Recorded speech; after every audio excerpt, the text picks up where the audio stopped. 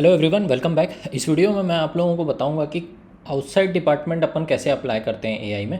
मान लीजिए आप एआई में काम करें, ज्वाइन किए हैं और आप चाह रहे हैं कि किसी और डिपार्टमेंट में अप्लाई करना है। डिपार्टमेंट मतलब बाहर, अथॉरिटी के बाहर कहीं अप्लाई करना चाहते हैं रिक्रूट होने के लिए। जैसे मान लीजिए आप एआई में काम कर रहे हैं लेकिन आप इसरो में अप्लाई करना चाह रहे हैं, डीआरडीओ में अप्लाई करना चाह रहे हैं, या फिर कहीं और किसी और मतलब जगह काम करने के लिए आप अप्लाई करना चाह रहे हैं। तो उसका प्रोसेस क्या है, आपको एनओसी वगैरह कैसे मिलेगा, वो मैं इसमें बताऊंगा। ठीक है, तो प्रोसेस क्या रहता है।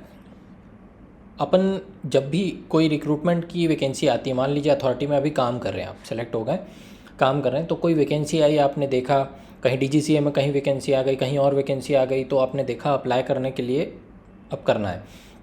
तो एक चीज़ का ध्यान रखना रहता है, जो क्लोजिंग डेट होती है एप्लीकेशन फॉर्म फिल करने की, उसके पहले आपको ऑफिस को इंटीमेट करना होता है। ठीक, एनओसी की भी ज़रूरत पड़ती है, एनओसी वगैरह मांगते हैं बहुत सारी जगह, देखे होगे आप इंटरव्यू में। तो एनओसी भी इसी के प्रोसेस के थ्रू मिलता है अपने को। तो जो लास्ट डेट है फॉर्म फिल की, उसके पहले आप अप्लाई कर दो, ऑफिस में बता दो एचआर में जाके कि भाई मैं ये जगह अप्लाई कर रहा हूँ। अब उसमें डॉक्यूमेंट्स क्या लगते हैं, एक तो एडवर्टाइजमेंट का वो लगेगा, पीडीएफ लगेगा जो एडवर्टाइजमेंट है जिसके लिए अप्लाई कर रहे हैं, एप्लीकेशन फॉर्म जो आप क्या बोलते हैं, आपने जो भरा है, उस वैकेंसी जो भी रिक्रूटमेंट हो रहा है उस पर अप्लाई करे होंगे, तो आपने उसका फॉर्म भरा होगा, तो वो फॉर्म लगेगा, उसका पीडीएफ। और एक आउटसाइड डिपार्टमेंट अप्लाई करने का एक फॉर्म होता है अपने अथॉरिटी में, उसको भर के देना होता है। अब इसमें कंसर्न अथॉरिटी कौन रहता है, जो साइन करता है वो है जीएम होते हैं। हमारे यहाँ तो जीएम है। मान लीजिए कोई और अगर जगह जाते हैं तो वहाँ एयरपोर्ट डायरेक्टर करेंगे, हेडक्वार्टर वगैरह में वहाँ के कंसर्न पर्सन करेंगे, है ना। तो इन्फॉर्म करने के लिए भी आपको साइन करवाना रहता है। हाँ, जनरली सब तो कर देते हैं, हम लोग के जीएम तो कर ही देते हैं। कभी भी आउटसाइड डिपार्टमेंट अप्लाई करना है तो वो कोई ऐसे पूछते नहीं है, उतना साइन करके सील लगा के फिर दिलवा देते हैं। अब ज़रूरी नहीं है हर जीएम ऐसे करे, हर कोई ऐसा करे, मे भी कुछ लोग फॉरवर्ड ना करें, कोई भरोसा नहीं। पर ऐसे रोक तो नहीं सकता कोई आपको आउटसाइड डिपार्टमेंट अप्लाई करने से रूल वाइज। ठीक, तो ये एक है, 2-3 डॉक्यूमेंट जो मैंने बताए वो आपको लेके जाके एचआर में सबमिट करने होते हैं। और एक मेल भी लिख देते हैं हम लोग कि प्रूफ के लिए, मान लो तो जो हम सबमिट कर रहे हैं उसका प्रूफ रहे हमारे पास। नहीं तो कल को बोलेंगे कब सबमिट किए, कहाँ सबमिट किए, डॉक्यूमेंट गायब हो गया, इधर उधर हो गया, तो आप प्रूफ बता सकते हो।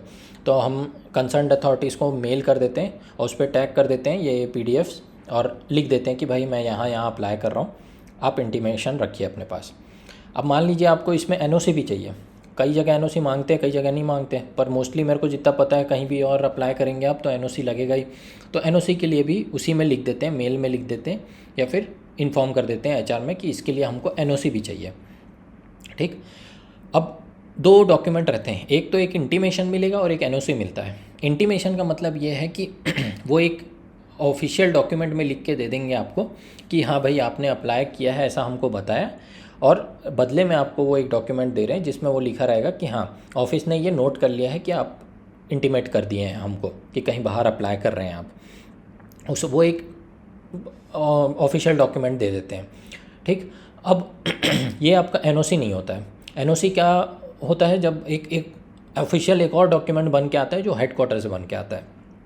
एनओसी यूजुअली अपने रीजन में ही बन जाता था ऑफिस वगैरह में, पर 1-2 साल पहले ये रूल चेंज आया है और हेडक्वार्टर से बन के आता है। अब ये जो है एनओसी जो है वो टाइम लेता है, आपको ऐसे हाथों हाथ नहीं मिलेगा। मे भी जब आप इंटरव्यू देने जाएंगे या वहाँ जाएंगे जो भी परफॉर्म करने, टेस्ट जो भी रहेगा, तब तक भी चांसेस है कि आपको एनओसी हाथ में ना आए। दिल्ली से बन के आता है, वो टाइम लगता है, लेकिन इंटीमेशन आपको तुरंत मिल जाता है। तो वो इंटीमेशन ले जाके आप जहाँ भी जा रहे हैं टेस्ट देने के लिए वहाँ सबमिट कर सकते हैं। ठीक है, जब आपका सिलेक्शन होगा और जब आपका जॉइनिंग वगैरह का टाइम आ जाएगा, तब तक के एनओसी बन के आ जाएगा, और फिर आप फर्दर मतलब जो भी प्रोसीजर है वो फॉरवर्ड कर सकते हैं। तो एनओसी मिल जाने के बाद ना एक बार काम आसान हो जाता है, पर एनओसी मिलने तक आपको हाथ पैर मारना पड़ता है। ठीक है, तो ये प्रोसीजर रहता है करने का, और होपफुली आपको समझ में आ गया होगा कि मैं कुछ मिस तो नहीं किया हूँ उसमें। अब जो इसमें कंडीशंस है वो मैं आपको पहले बता देता हूँ। इस पे जो फर्स्ट ईयर है, जब भी आप ज्वाइन करेंगे, अथॉरिटी ज्वाइन कर रहे हैं, तो उसके 1 साल तक आप कहीं अप्लाई नहीं कर सकते।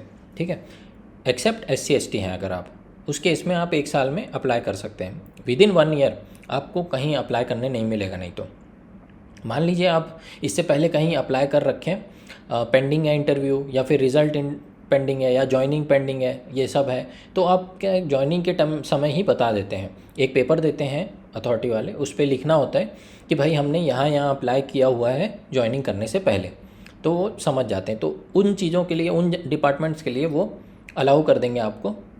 बाकी उसके बाद आपको कहीं अप्लाई करने नहीं मिलेगा 1 साल तक के। समझ गए होंगे? ये केस ST/SC के लिए वैलिड नहीं है, वो 1 साल में कर सकते हैं विदिन 1 ईयर।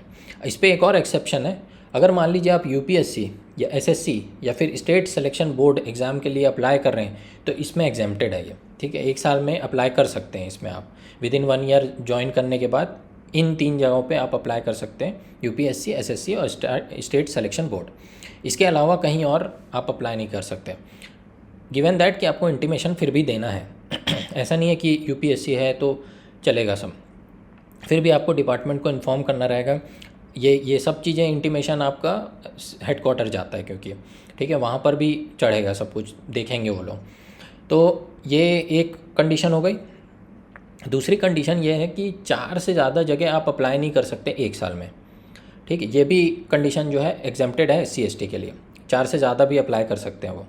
तो 2 चीज़ें हो गई, एक तो जॉइनिंग के 1 साल तक नहीं अप्लाई कर सकते, और जब अप्लाई कर सकते हो तो 4 से ज़्यादा जगहों पे अप्लाई नहीं कर सकते 1 साल में, ठीक है। तो चूज़ करना पड़ता है कि कहाँ कहाँ अप्लाई कर सकते हैं आप, मतलब कहीं भी मत कर दीजिएगा। इसमें भी एक और एग्जाम्शन है, UPSC, SSC और स्टेट सिलेक्शन बोर्ड में है अगर, तो आपको मतलब ज़रूरत नहीं है, मतलब आप अप्लाई कर सकते हैं, ये काउंट नहीं होगा, ऐसा समझ के चलिए। ये ऐसा है कि इस पर कोई रूल नहीं है, आप अगर इसमें सेलेक्ट हो रहे हैं तो कभी भी आप इंटीमेशन बस दे दीजिए हो जाएगा, है ना। इसमें काउंट नहीं देखेंगे कि 4 एप्लीकेशंस में ये काउंट नहीं होगा, एग्जेम्प्टेड है ये इसके लिए। सब चीज़ चेक होती है, डिसिप्लिनरी और विजिलेंस वगैरह सब कुछ चेक होता है इस पर, NOC वगैरह मिलने के पहले, इसीलिए थोड़ा ध्यान रखें, कुछ उल्टा सीधा ना करें ऑफिस में। और कौन करता है तो भाई इंटीमेट मतलब साइनिंग अथॉरिटी कौन रहते हैं, जो अलाउ करते हैं वो GM वगैरह रहते हैं, ऊपर के लोग। और जो NOC देते हैं वो दूसरे लोग रहेंगे, वो हेडक्वार्टर से बड़े लोग हैं, समझ के चलिए, वहाँ से वो साइन होके आएगा आपका, ठीक। तो यही है। इसके अलावा और मतलब थ्रू प्रॉपर चैनल ही जाना पड़ता है, सारे डॉक्यूमेंट लेके ही जाइएगा। कभी मैंने देखा है कि कहीं जगह रिक्वायर्ड नहीं रहती है, मतलब बाद में भी चलता है, पर कई जगह अलाउ नहीं करते हैं, तो फिर आप पैनिक मोड में आ जाएंगे, आपका इंटरव्यू वगैरह ख़राब हो जाता है। तो बेटर है कि इंटीमेट करने में क्या, एक मेल लिखने में, जाके देने में, पेपर्स वगैरह क्या ही है, आधा घंटा भी नहीं लगेगा, है ना। और फिर उनके तरफ से जब आ जाएगा इंटीमेशन, वो लेके चले जाइएगा। जनरली हम लोग क्या करते हैं, इंटीमेशन ही लेके जाते हैं कहीं भी जाते हैं, तो NOC इतना टाइम लगता है कि मिल ही नहीं पाता है। तो कभी पैनिक मत करिएगा कि NOC नहीं मिला है तो कुछ बोलेंगे तो नहीं उधर दूसरी जगह, है ना। तो ये चीज़ें थी, होपफुली आपको समझ में आ गया होगा। अब बाहर अप्लाई करने से और कोई रिलेटेड आपको क्वेरी होगी तो इस वीडियो के कमेंट में डाल देना, मैं देख के बता दूंगा, ठीक है। फिर किसी टॉपिक में मिलते हैं नेक्स्ट वाले। बाय बाय तब तक के लिए।